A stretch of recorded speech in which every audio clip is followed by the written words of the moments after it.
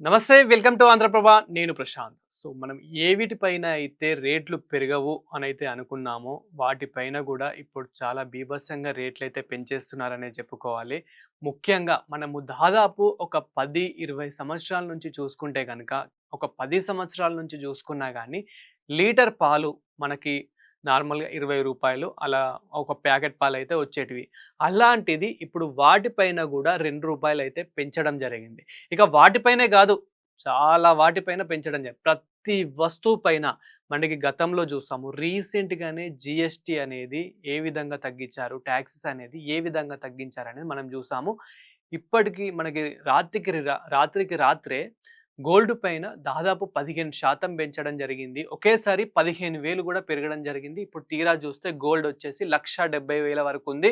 అది కూడా మనకి ఇంకా తొందరలోనే 2,00,000 వరకి, 2,50,000 వరకి ఎళ్ళే ఛాన్సెస్ ఎక్కువ ఉన్నాయని జెప్పేసి గూడా మన ఆంధ్రప్రభ నుండి గోల్డ్ అనలిస్ట్‌లు అయితే చెప్పడం జరుగుతుంది. ఓకే. సరే గోల్డ్ మనం పక్కన పెడితే గనక నిత్యావసరాల ధరలు. మనకి నిత్యావసరాలు ఏవైతే ఉంటాయో అంటే మనకి టూత్ పేస్ట్‌లు గానివ్వండి, మనకి సోపులు గానివ్వండి, ఉప్పులు గానివ్వండి, పప్పులు గానివ్వండి, ఇలాంటివి మనం రోజు వాడే వస్తువులు ఏవైతే ఉంటాయో వాటిపైన గూడా టాక్సెస్ పెంచడం జరిగింది. అంటే అవిటిపైన గూడా ధరలైతే పెంచడం జరిగింది. గతంలో మనకి తగ్గించినట్టే తగ్గించి ఇప్పుడు వాటిపైన ధరలైతే పెంచడం జరిగింది. మరి ఇవన్నీ ఎందుకు కారణాలు దేనివల్ల అనంటే గనక ముఖ్యంగా వార్.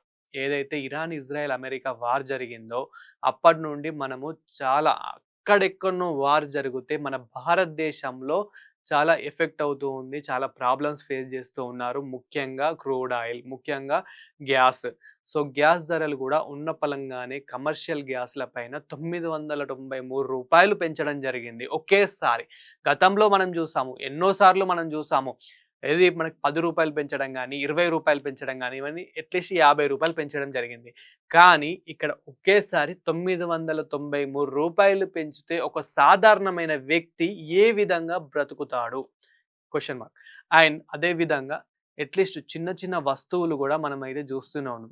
రూ. 10 గానివ్వండి, రూ. 5 గానివ్వండి, అంటే ఈ సోపులు గానివి ఇలాంటివి ఏదైతే జూస్తామో వాటిపైన గూడా ఇప్పుడు ధరలైతే పెంచేశారు. తొందరలోనే అవిటిపైన గూడా చాలా భారీగా పెరిగే అవకాశాలైతే ఉన్నాయి ధరలు. ఇంకా అవే కాదు, మనకి ఈ డైలీ యూజెస్ జీఎస్టీ మనకి పాల పైన అనేది 0% ఉంటుంది. కానీ రేటు మాత్రం కేంద్రం ఏ విధంగా నిర్ణయిస్తే ఆ విధంగా ఉంటుంది. కంపెనీ నుంచి కేంద్రం ఏ విధంగా నిర్ణయిస్తే ఆ విధంగా ఉంటుంది. ఇవన్నీ ఎందుకు డిస్కస్ చేస్తున్నానంటే గనక ముఖ్యంగా ఇవన్నీ మిడిల్ క్లాస్ ఫ్యామిలీస్‌కి చాలా ఉపయోగపడుతుంది. అంటే మిడిల్ క్లాస్ ఫ్యామిలీస్‌ని ఉద్దేశించే నేను ఈ వీడియో చేయడం అయితే జరిగింది. సాధారణమైన వ్యక్తులు ఒక కామన్ మ్యాన్స్ ఎవరైతే ఉన్నారో అంటే సెలబ్రిటీస్ ఎలా అయినా బ్రతికేస్తారు. వాళ్ళ దగ్గర డబ్బులుంటాయి. ఓకే. రిచ్‌గా ఉన్నోళ్ళకి వాళ్ళకి రొటేట్ అవుతూ ఉంటారు. వాళ్ళ బిజినెస్ వల్ల ఏదో ఒకటి రొటేట్ అవుతూనే ఉంటాయి.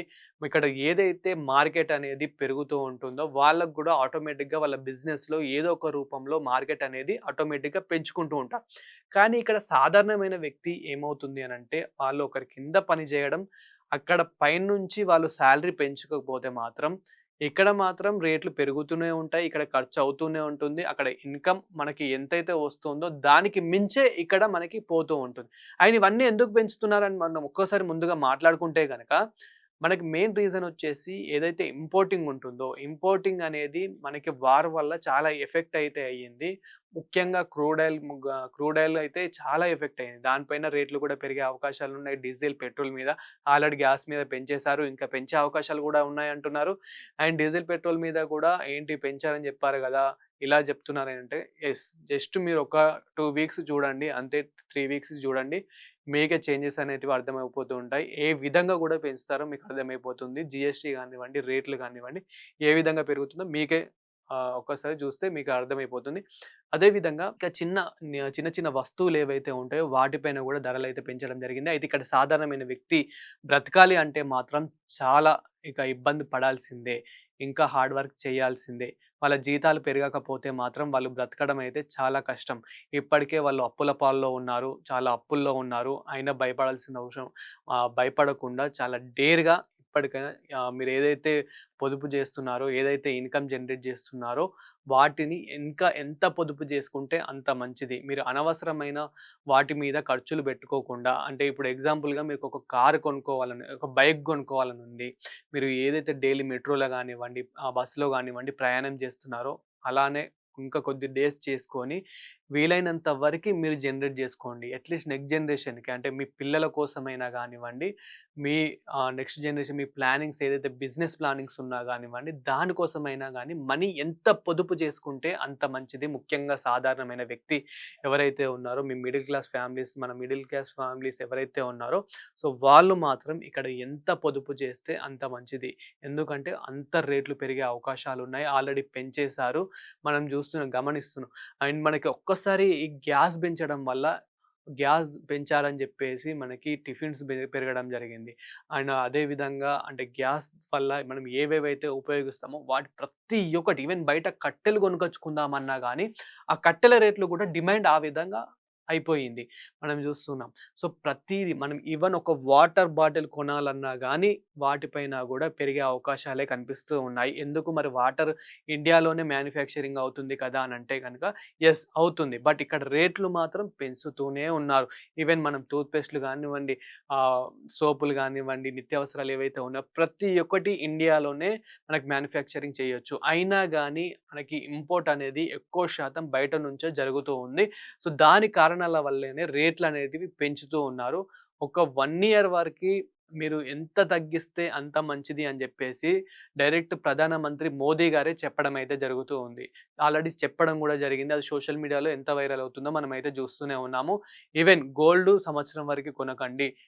వీలైనంత వరకి వర్క్ ఫ్రమ్ హోమ్స్ బెట్టుకోండి. వర్క్ ఫ్రమ్ మీటింగ్స్ మాత్రమే బెట్టుకోండి. డీజిల్, పెట్రోల్ ఆహ్, గ్యాస్ ఎక్కువ వాడకండి. అండ్ మీరు తినే ఫుడ్‌లో గూడా ఆయిల్ ఎక్కువ వాడకండి. ఈ ఫ్యాటీ లివర్ అనేది ఎక్కువ అయిపోతూ ఉంది అని జెప్పేసి గూడా ఇలాంటివి గూడా చెప్పడం జరిగింది. యెస్ వీలైనంత వరకి మీరు ఎంత తక్కువ యూజ్ జేస్తే అంత మంచిది మనకే. ముఖ్యంగా మన మిడిల్ క్లాస్ ఫ్యామిలీస్ ఎవరైతే ఉన్నారో వారికే ఇది చాలా మంచిది. ఈ వీడియో చేసేది గూడా ముఖ్యంగా మిడిల్ క్లాస్ ఫ్యామిలీస్ కోసం మాత్రమే. ఇంకా కొద్ది రోజుల్లోనే మనం మార్పులు, చేర్పులనేది చాలా జూస్తూ ఉంటాం. భారీగా పెరిగిపోతూ ఉంటాయి ఈ రేట్లయితే. ఇంకా మనం బ్రతకాలంటేనే చాలా కష్టమైపోతూ ఉంటుంది గాబట్టి, ఇప్పటి నుంచే ఎంత పొదుపు జేస్తే అంత మంచిది.